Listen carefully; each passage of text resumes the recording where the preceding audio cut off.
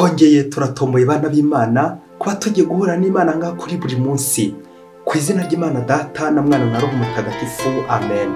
Amahoro bana b'Imana, ni muhumure, Imana iradukunda kuba twongeye kugira amahirwe tugateranira ngaha kuri buri munsi.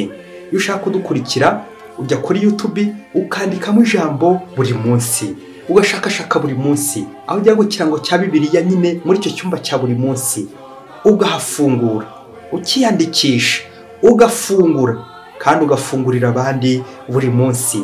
Rero hanga kuri buri munsi reka dusomere hamwe ibaruwa Imana yatwandikiye kuri wa gatandatu w'icyumweru cya 16 tariki 23 Nyakanga 2022. Isomo rya mbere niryo mu gitabo cy'umuhanuzi Yeremiya umutwe wa 7 umurongo wa 1 kugeza ku wa 11. Dore ijambo Uhoraho yabwiye Yeremiya: hagarara mu muryango w'ingoro y'Uhoraho maze utangaze aya magambo. Nimutege amatwi ijambo ry'Uhoraho, mwebwe mwese bantu ba Yuda mwinjirana muri iyi miryango muje kuramya Uhoraho.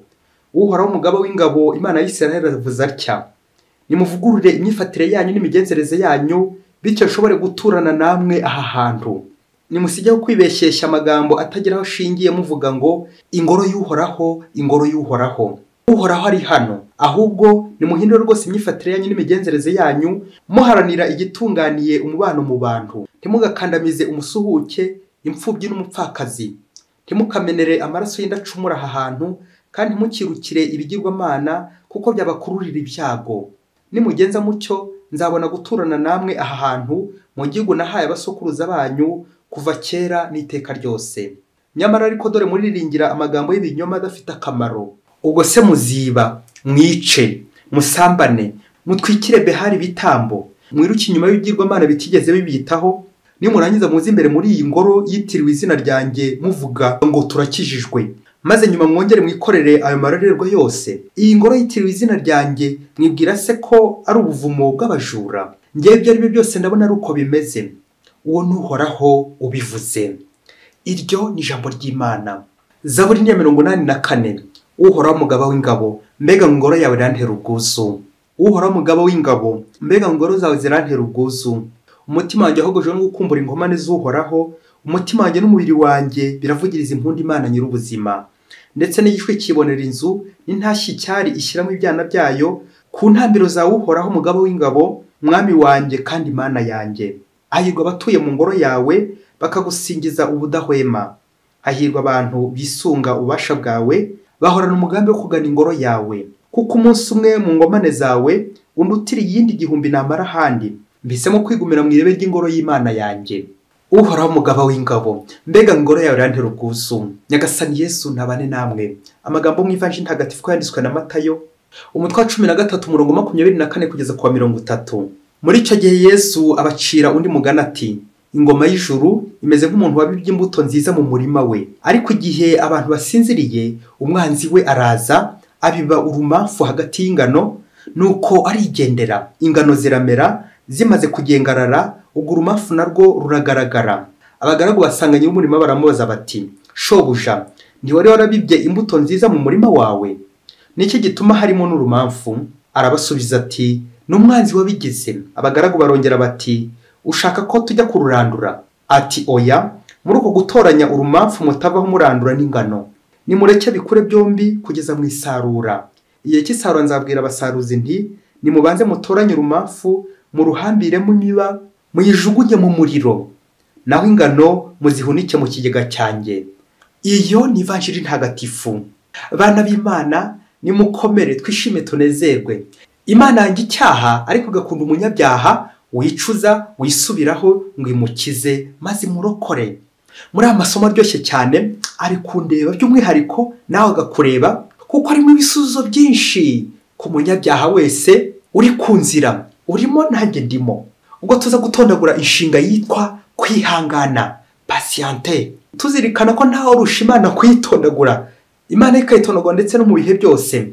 Ingingo yacu rero iragira iti: uko Imana itwihanganira ngo twisubireho. Ngo cyara cyane habayeho ngo injangwe n'imbeba, ngo none umunsi umwe injangwe iza kwicuza regrette iminsi yose imaze irya imbeba z'abandi. Iza kumva ko ari ibyaha bitabarika, nuko ngo yiyemeza kujya gusaba penitensiya. Igeze mu ntebe ya penitensiya iricuza ibwira padiri ko itanibuka umubare w'imbeba yariye, yeko na calculatrice iyo mibare itakwirwamo. Nuko ngo padiri agiye kuyiha imbabazi iyo njangwe absolution. Nuko injangwe ngo iramubwira iti wait a moment, unyihanganiye akanya gato uburakari bwongeye kunzamukamo. Nyihanganiye gato hari imbeba ngiye gusekura muri kubona iri gushaka kuncika. None yinjiye hano kwa padiri. Nyihanganiye mbanze nyisezereho, ndabona iri kwidegembya hafi mu biro byawe. Ubundi nca agasuzuguro k'imbeba, ndagaruka mu kanya gato nyihanganire mbanze ntanya agasezero ku mbeba zose, maze nsige nzumvishije nyine sinjye wahera. Bakristo bavandimwe, ese namwe byababayeho ko wava mu ntebe ya penitensi uvuye gusaba penitensiya wari wiyemeje ko utazasubira na gatoya, nuko washingura ukuguru ukongera ugasubira. Njinjangwe ikiri kubona imbeba zidegembya. Aha niyo bitarakubaho, wowe uhagaze uritonda utagwa. Ese kuba nasubira gukora icyaha nuko gitaba cyakize mu ntebe ya penitensiya? Igisubizo ntabwo nshaka gutinda uko iki cyaha cyakize cyangwa kitakize, ariko ujye uzirikana ko nawe nyine ufite ubwenge. Burya bishobora kuba byatewe n'uburyo nishujije neza cyangwa nabi, kandi bibaho. Nyicuza byamunkize mu cyuka mu kiyaga nk'uko nyine injangwe iri kwicuza. Ariko ndifuza gutinda cyane sur le combat spirituel, kurwana imbaraga Imana iduhera mu ntebe ya penitensiya zidufasha kurwana n'ikibi. Imana ntiyobeye ko nkora icyaha yewe ko nzanongera. Erega no kuba nakwihana ejo ngasubira nabyo Imana irabizi. Rero penitensiya ndetse n'indi mihango y'ubuyoboke ku Mana, des exercices de piété, uko nugutangira nugukumira nukunzitira ku kibi n'imbaraga mu mpaho kugira ngo nkomeze kurwana. Naho ubundi hano kuri iyi si nyine nous sommes des êtres limités dans le temps et dans l'espace. Turacagase, dufite intangiriro ndetse n'iherezo. Niyo mpamvu nyine tugomba kurwana urugamba rwa roho, akarwana ikibi n'ikiza kiri muri njyewe. Bityo kubw'izo mbaraga zindi mpawe muri penitensiya, aho n'amahirwe yandi mba mbonye mba ntomboye. Buri munsi turatombora, mba ntomboye izindi mbaraga nshya. Naho ubundi ndi ku isi nkaha gucumura biroroshye pe, ariko nanone nshobora kubyirinda bigakunda. Rero tutabeshya Imana, tutayiryarye, gucumura bishobora kongera kubaho, ariko kubirwanya nanone birashoboka. Kubyirinda, il vaut mieux prévenir que guérir. Aho kwivuza na kwirinda. Kwirinda rero birashoboka nk'umuntu ufite ubwenge ndetse n'umutima nama, kuko njye ntari injangwe, ahubwo ndi umuntu ushobora kurwana n'ikibi, ushobora kurwana n'icyaha n'urumamfu. Nama ni injangwe igaragaza ikibazo yifitemo, ariko nakubwiza ukuri hano ndashobora kugaragaza ikibazo afite akaryanye ni muri wa mutima. Rwa rumamfu narwo guhisha mu ngano narwo rubaho. Uwo nawe igisubizo kiracyari cya kindi, nta kumujugunya, nta guhita tumuca, nta guhita tumurimbura, ahubwo kwihangana kuko Nyagasani atwihanganira. Nyagasani ntawe ko nongera gucumura, ahubwo arashaka kumpa izo zindi mbaraga zo guhangana n'urumamfu, kuko Imana inkunda nk'ingano nziza. Ariko ntawe ko shitani anshomba. Ujye uzirikana ngo sindageraho shitani atatera ibuye. Ni nayo mpamvu ntagomba kwirara ngo narashyitse narashyikiriye. Biransaba rero gukora cyane, guhatiriza, kwihata, gutwaza, kwisubiraho ubutareba inyuma buri munsi. Bityo simere nk'injangwe yumva yabanza gusezera ku mbeba, gutanga agasezero ngo maze sezere ku cyaha. Babyeyi ushobora kubivunikiramo. Ese mubyeyi, umwitozo woroshye ari ukarisitiya ari penitensiya, ikibanza ni ikihe kuri wowe? Ese ntibirabaho ngo mubone umuntu uvuye guhazwa, uvuye mu misa akaza no gusaba penitensiya nyuma? None se mubyeyi, ukaraba mbere yo kurya cyangwa urya mbere yo gukaraba? Ahangaha twirinde guca imanza. Abantu benshi ibi bintu turabicurika, amasakamento tukayacurika tukayacuranura, kuko abenshi ibi turabikora pe.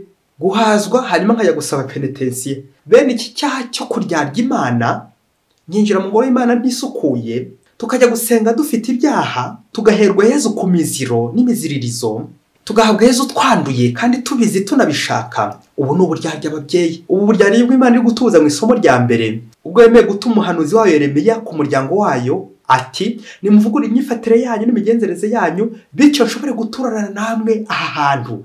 Amen. Guturana n'Imana aha hantu bisaba iki? Kwivugurura nyine. Nubwo nakora icyaha, nyezirikana ko icyaha cyose kirukana Imana. Le péché chasse Dieu. Icyaha kirukana urukundo rw'Imana, imbabazi z'Imana cyo kirukana amahoro, hakaza urwango nyine. Icyo gihe mbageze kwa shitani. Iyi ngoro umuhanuzi atubwira dukomeza kwidegembyamo, akayambe biri kwidegembya kwa padiri bishushanya mu kiliziya, ibyo bikaza kurakaza injangwe. ibishushanyo none ibyaha dukomeza kugenda twidegenjamo twivurugutamo dukora bikanavuza imitima ariyo ngoro y'Imana, umutima wacu aho tugomba guhurira n'Imana, nuko tukimura Imana iwacu tukimika icyaha urumamfu. Ahatari Imana nyine uwo niwo muriro ngurwo urumamfu. Rero bakristo bavandimwe tubahe ingoro y'Imana, twubahe imibiri yacu, twubahe roho zacu ngo Imana ibone guturana natwe aha hantu kandi buri munsi. Mu ivanjiri turumva Yezu mu gusobanura ingoma y'Imana yagiye akoresha ibigereranyo byinshi harimo n'imigani. Uyu munsi rero adushyira imbere umugani w'imbuto nziza y'ingano igenda ihura n'uva gusenya, bityo turebe ubwihangana Imana ikomeza kutugirira kabone n'ubwo umwanzi duhemukira. Rero igisubizo kiracyari cya kindi ni ukwihangana. Ese no kwihangana kugeza ryari? Imana ishingiye itonagura mu bihe bitatu by'ingenzi: le passé, le présent et le futur. Imana yaranyihanganiye, Imana iranyihanganira, Imana izakomeza kunyihanganira kugeza ryari? Kugeza nisubiyeho. Reka tubanze tusuzumire hamwe imiterere y'ingano n'urumamfu. Uyu mugani twawerekeza ku buzima bwacu bwa buri munsi, aho iyi mbuto nziza y'ingano n'urumamfu twabiha ibisobanuro nka bitatu. Icyambere ni urubanza rw'imperuka, la parousie, aho umwana w'umuntu azagaruka guca urubanza, aho imbuto nziza z'ingano arizo ntungane zizahabwa igihembo cy'ijuru, naho urumamfu abanyabyaha babandi banze kwisubiraho bakinangiye bagahabwa iki? Igihano, la punition, aho guhabwa igihembo, la récompense. Ngo wa muriro w'iteka kwa shitani. Byaba bibabaje babyeyi. Igisobanuro cya kabiri, iyi mbuto nziza y'ibibwa igahura n'urumamfu yashushanya Kiliziya ya Yezu Kristo sainte et pécheresse, igizwe n'abantu b'intungane bicujije bakisubiraho, bityo bakemera intege nke zabo ko ari abanyabyaha, Yezu akabakira akabahindura. Naho abandi b'abanyabyaha bakomeza kunangira kugeza mu isarura, jusqu'à la mort, aho isarura muri Bibiliya ari ikimenyetso cy'urubanza rw'imperuka, la parousie. Imana rero ikaba yitegereje ko nisubiraho bitari bya nyirarureshwa ngiriya njangwe itegereje kubanza kongera gusekura imbeba. Igisobanuro cya gatatu cy'uyu mugani ni wa muntu ugizwe n'umubiri ndetse na roho. Bya bindi bavuga ngo umuntu wese ashobora kugira ses défauts et ses qualités. Ibibi ni byiza muri we, ashobora kugira imbuto y'ibyiza n'ibibi muri we, akagira inema ndetse n'ibyaha. Ngo wa muntu wacu ushobora kuvamo imigambi mibi ndetse n'imyiza. Ubwo se dukomeje gutya imvange kibi n'ikiza ngo Imana ihita turimbura koko? Hanyuma se nanone dukomeze kungikanya ibyaha ngo Imana ni inyampuwe ni nyir'imbabazi ngo izakomeza kumbabariza, izakomeza kunyihanganira? Cyangwa nkomeze niyandavuze niyandareke uko nshoboye kose ngo haracyari igihe ngo nzaba nisubiraho ngo ndacyafite umwanya ngo reka maze njya gusezera nsezere ku cyaha? Cyangwa ngo padiri ngirira vangira bwangu njya gusekura uyo musega uri kumpemukira? Wait a moment, unyihanganiye mbanze njye gutanga gasezero, mbanze nisanzure mu cyaha, ubundi ngo ngaruke nisubireho. Ye baba we, niko mubyeyi urwo rumamfu koko. Iyo mpamvu umukino ngo bita mpamvu, iyo mpamvu we ngubu koko imperuka ibaye uyu munsi ikansa ngo ukomeze byanshimisha, cyangwa wasanga nanjye nazashya najya he? Wajya he mubyeyi? Ibaze nanjye nibaze. Urumamfu bingana cyangwa twarugereranya n'ikintu cyose kikuvangira, kikuraburiza nka yasazi yivanga mu mata, kikaba nk'uburozi, kikaba cyakudindizayo no mu nzira, kikagutesha igihe, kikagutesha umutwe, kikaguhombya ugahomboka. Yewe bingana icyaha. None se umubyeyi icyo kintu kikudindiza ugifasha wakigenzeza ute kumva kiri kuguhombya? Birashoboka ko wagihombora nawe. Ese nawe uzashobora gutondagura inshinga mu bihe byose nk'uko Imana yo yayitondaguye? Ngo umuntu umwegeza aho undi umwitozo ati ese muvandimwe uramutse usanze igisabo cyawe wajishe neza nuko wakwinjira mu nzu ugasanga hizingiyeho inzoka, ngo wabigenza ute? Undi aramusubiza ati nabikubitira byombi cyarimwe bigasandara byombi, nubwo igisabo cyanjye cyameneka ariko iyo nzoka nanjye nkayumvisha igapfa. Baba we, ngiki igisubizo cy'umunyabyaha yafatiye mwene wabo mu cyaha, aramwumvisha akemera agahomba ariko akamuhombora. Nyamara yaba yamenyaga ko nawe ashobora kubihomberamo nako agahombanira ko. Nyamara ababyeyi aka kantu gacaho akarongo, Imana yo aho kuguhomba yahomba, igahomba igihe kirekire cyayo igutegereje integereje ngo ikuvane mu gihombo, iguhe igihembo. Babyeyi dutekereze ku bugome tugira, ariko Imana igakomeza kugenda twihanganira, ndetse uko tugirira abagenzi bacu ubugome, kandi twebwe Imana idahema ko twihanganira buri munsi. Imana igahenda kugira ngo tugirire impuhwe, ariko twebwe tukagenda duhombora abagenzi bacu. Akanja ngo uri guhigahiga yambeba. Reka dukora umwitozo uko akenshi dutema ishami turyicayeho tugashaka guhombora abandi, nyamara akaba ariko tuza guhombana. Ngo umunsi umwe hirya kure cyane muri Afurika, ngo hari umuyobozi nako umutegetsi wari ukomeye cyane uri mu rwego rwo hejuru kandi noneho by'akarusho ngo yari inyangamugayo ku buryo batamara kugenda bamwuriza mu ntera za promosiyo z'ibirenga kubera imikorere myiza no guhigura imihigo neza bakamukunda cyane rwose yari nta makemwa nuko igihe kimwe kiragera bya bindi by'uko nyakibi atarara bushyitsi ngo umukobwa w'imfura niba imbuto nyine yiwe yarivanzemo urumamfu bikurikire ngo uyu mukobwa yarangije kaminuza yitegura gukora ubukwe ngo ashinge urugo nuko uyu muyobozi agiye kumva yumvaga umukobwa aratwite mbe yisebo mu buyobozi uyu muyobozi arasebye kandi we cyari gisekeje ngo uyu muyobozi we yakomeje kugira icyizere ngo umukobwa watwaye inda ngo basi wasanga ari inda y'umwana w'umutegetsi n'ubundi ari umwana w'umutegetsi wundi ukomeye nkawe ugiye kumubyarira wenda ngo bashobora kugira aho bahengekera buhoro nuko agiye kumva kera kabaye yumva ko ari mayibobo yateye umukobwa w'inda mayibobo umuhanda ababyeyi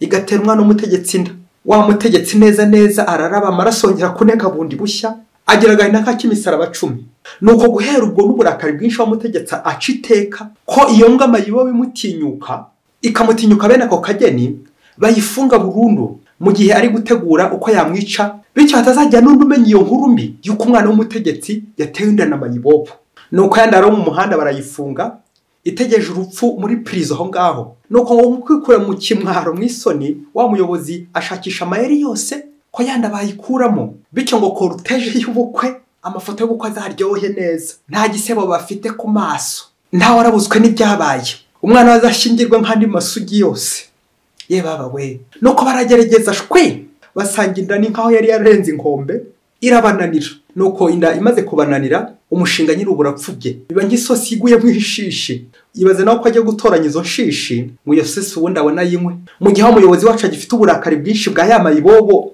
yamubirishije ibyo bene ako kageni rwa rumamfu nyine noneho umuyobozi ari gutegura uburyo bizahwaniramo guhwaniramo ababyeyi mu kanya gato abona umugore ataraherutse kubona araje kumureba ubwo ariko bya bindi by'uko igisambo ari igifashwe ngo ariko impamvu ngo abakome badafatwa vuba nuko biba interme de millions bo bakaba biba byinshi bakabona ibyo babitwikira bigakunda kubera nyine iryo faranga ngo uyu muyobozi wacu rero ngo yari afite inshoreke rwihishwa nyinshi ngo ku buryo n'igitangaje ngo n'abana be atarabazi bose usibye kumenya amazina ngo yabanyina nuko rero ngo uyu mugore araza maze aramubwira ati uzi kuriya mwana ufunzwe ari uwawe wa wundi wanjye nawe umwana wacu w'imfura ufunzwe wafashe nk'urumamfu nuko nyina arakomeza ati ngere nanze kubisakuza ngo bitamenyekana bakaba bagukura ku buyobozi ariko uyu mwana arababaje antumyeho mu buroko ko wamufungishije agiye kuza no kumwica none ngo mwohereze impamba ibiryo bya nyuma kuko n'inzara igiye kumwica aho ngaho